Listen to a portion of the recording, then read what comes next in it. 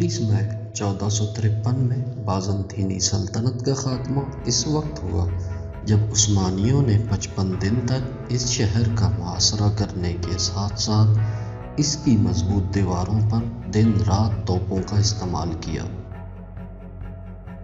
اس شہر کے بازنطینی سلطنت کے ہاتھ سے نکلتے ہی عیسائیوں کا جو مضبوط دفاع مسلمانوں کو یورپ سے دور رکھنے کے لیے تھا وہ بھی ختم ہو گیا، جس سے عثمانی سلطنت کو مزید وسعت کے مواقع ملے۔ 15ویں صدی کے وسط میں بازنطینی سلطنت اپنے بالکن ہمسایوں اور رومن کیتھولک سے مسلسل جدوجہد میں رہی اور اس سلطنت پر مختلف افواج نے مسلسل حملے بھی کیے، جس کی وجہ سے اس کی آبادی جو کہ 12ویں صدی میں 4 لاکھ کے لگ بھگ تھی، وہ 1450 عیسوی میں صرف 40 سے 50 ہزار تک رہ گئی۔ بازنطینی سلطنت کے مقابلے میں عثمانی سلطنت تسلسل کے ساتھ پھیل رہی تھی۔ وہ بالکن، اناطولیہ اور بازنطینیوں کے مختلف شہر اپنے قبضے میں لے چکے تھے، سوائے قسطنطنیہ کے جو اب ان کے خاص نشانے پر تھا۔ 1422 عیسوی میں سلطان مراد دوئم نے قسطنطنیہ فتح کرنے کی نیت سے اس کا محاصرہ کیا، مگر اندرونی بغاوت کے پیش نظر انہیں یہ محاصرہ ختم کرنا پڑا۔ اسی طرح 1444 عیسوی میں بھی انہوں نے عیسائیوں سے ایک اور اہم جنگ ہاری اور پھر عثمانی سلطنت کا تاج اپنے بیٹے محمد دوئم کے سر پر رکھ دیا، مگر 2 سال بعد عیسائیوں سے ایک جنگ جیتنے کے بعد سلطان مراد دوئم نے دوبارہ عثمانی سلطنت کا تاج اپنے سر سجایا، جو ان کی وفات تک رہا۔ ان کی وفات 1451 عیسوی میں ہوئی۔ سلطان محمد دوئم نے دوسری بار عثمانی سلطنت کا تاج ملتے ہی ارادہ کیا کہ وہ اپنے والد کے مشن کو پورا کرے گا۔ انہوں نے ہنگری کے ایک بندوق بردار اربن کو یہ کام سونپا کہ وہ ایسی توپ بنائے جو قسطنطنیہ کی دیواروں کو گرا سکے۔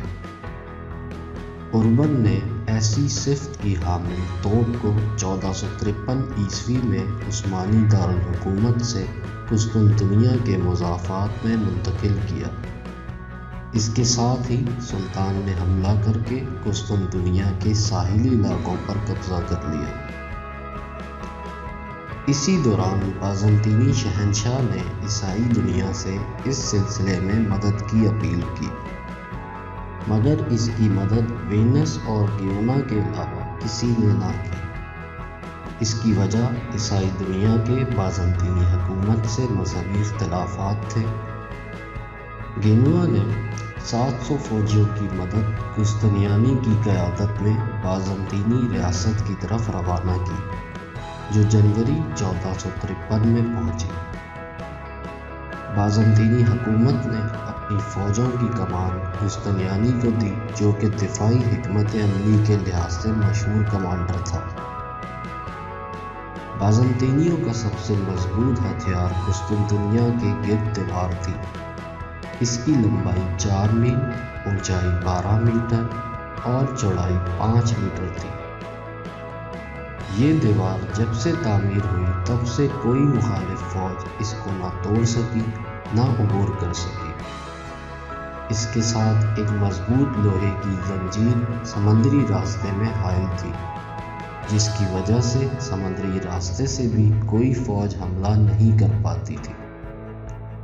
قسطنطنیہ کے پاس افرادی قوت کی تو کمی تھی، مگر اس کے مضبوط دیوار اور زنجیر کی وجہ سے ان کو اندازہ تھا کہ ہم عثمانی فوج کو اتنی دیر روک سکتے ہیں جتنی دیر میں ہمارے پاس مزید افرادی قوت پہنچ جائے گی۔ سلطان محمد کے مشہور کمانڈر سلیمان بالٹاؤ 31 بڑے اور چھوٹے جہازوں کی مدد سے قسطنطنیہ کی طرف آنے والے سمندری راستے پر براجماع تھے، جن کا مقصد قسطنطنیہ کو سمندری مدد کی فراہمی سے روکنا تھا۔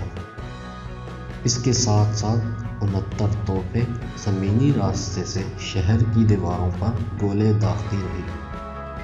سلطان محمد کی جارحانہ حکمت عملی اس لیے تھی کہ قسطنطنیہ کو اس کی مدد کے لیے آنے والی فوج سے پہلے فتح کیا جائے۔ 6 اپریل کے دن سلطان محمد نے پوری قوت کے ساتھ شہر کی دیواروں پر گولہ باری کر کے دیوار کے ایک حصے کو توڑ ڈالا، مگر بازنطینیوں نے یہ حملہ پسپا کر کے دیوار کی مرمت کر کے عثمانی فوج کا راستہ روک دیا۔ 12 اپریل کے دن سلطان نے اپنی نفری قریبی بازنطینی علاقوں کو اپنے ماتحت کرنے کے لیے بھیجی اور ساتھ ہی سلیمان بالٹاؤ کو قسطنطنیہ کی بندرگاہ پر حملے کا حکم دیا، مگر بالٹاؤ اس وقت ناکامی کا شکار ہوا جب پوپ کے بھیجے گئے 3 جہاز بآسانی عثمانی جہازوں کے نرغے سے نکل کر قسطنطنیہ کی بندرگاہ تک پہنچ گئے۔ اس کی بنیادی وجہ عثمانی اور یورپی جہازوں کے ڈیزائن کا فرق تھا۔ یورپی جہاز بلند تھے جبکہ عثمانی جہاز اونچائی میں ان کے مقابلے میں کم تھے۔ اس شکست کے بعد سلطان کے بالٹاؤ سے اس کا عہدہ چھین لیا اور اسے اپنے ہاتھ میں رکھا۔ سلطان نے اپنی کچھ توپوں کا رخ اب قسطنطنیہ کی بندرگاہ پر موجود محافظوں کی طرف کر دیا اور ساتھ ساتھ جانوروں کی چربی اور آئل سے لکڑی کے ٹکڑوں کو نہلایا۔ سلطان کا مقصد اپنے جہازوں کو زمینی راستے سے کھینچ کر قسطنطنیہ کی بندرگاہ میں اتارنا تھا، جس سے اس کے جہاز سمندر میں موجود زنجیر سے بچتے ہوئے آسانی سے قسطنطنیہ کی بندرگاہ قبضہ کر سکتے تھے۔ یہ ایک ایسی جنگی حکمت عملی تھی جس کی تاریخ میں مثال نہیں ملتی۔ 29 مئی کی صبح سلطان نے زمینی اور بحری طاقت کا بیک وقت استعمال کیا، جس میں شروع کے دونوں حملوں کو بازنطینی فوج نے پسپا کر دیا۔ سلطان نے تیسرا حملہ اپنی فوج کے ایک حصے جانصاران کی مدد سے کیا جو کہ بہت ہی جنگجو اور وفادار تھے، مگر وہ بھی کچھ خاص کامیابی حاصل نہ کر سکے۔ مگر اس حملے میں بازنطینی کمانڈر قسطنیانی شدید زخمی ہوا، جس سے بازنطینی فوج کے حوصلے پست ہو گئے۔ اسی موقع کا فائدہ اٹھاتے ہوئے سلطان نے ایک دفعہ پھر جانصاران سے حملہ کروایا اور اس بار وہ شہر میں داخل ہو گئے اور اس کے نتیجے میں بازنطینی فوج کی بہت بڑی تعداد ماری گئی اور باقی فوج بحری راستے سے فرار ہو گئی۔ قسطنطنیہ کے شہنشاہ کو بھی اپنی جان سے ہاتھ دھونا پڑا اور اس طرح یہ شہر تقریباً 2 مہینے کی آزمائش کے ساتھ سلطان محمد کے ہاتھ آیا۔ سلطان محمد قسطنطنیہ فتح کرنے کے بعد خود چل کر ہایا صوفیہ گئے اور اس کو مسجد میں بدلنے کا فرمان جاری کیا۔ اس کے ساتھ ساتھ مسلمانوں کا ایک بہت بڑا خواب سلطان محمد کے ہاتھوں مکمل ہوا۔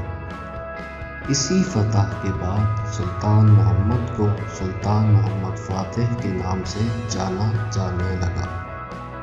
امید ہے آپ کو یہ ویڈیو پسند آئے گی اور اس کے ساتھ ساتھ آپ کی معلومات میں اضافے کا باعث بنے گا۔ ہمیں اپنی قیمتی آراء سے آگاہ کرتے رہیے گا تاکہ ہم مزید اس قسم کی ویڈیوز آپ تک پہنچاتے رہیں۔ شکریہ۔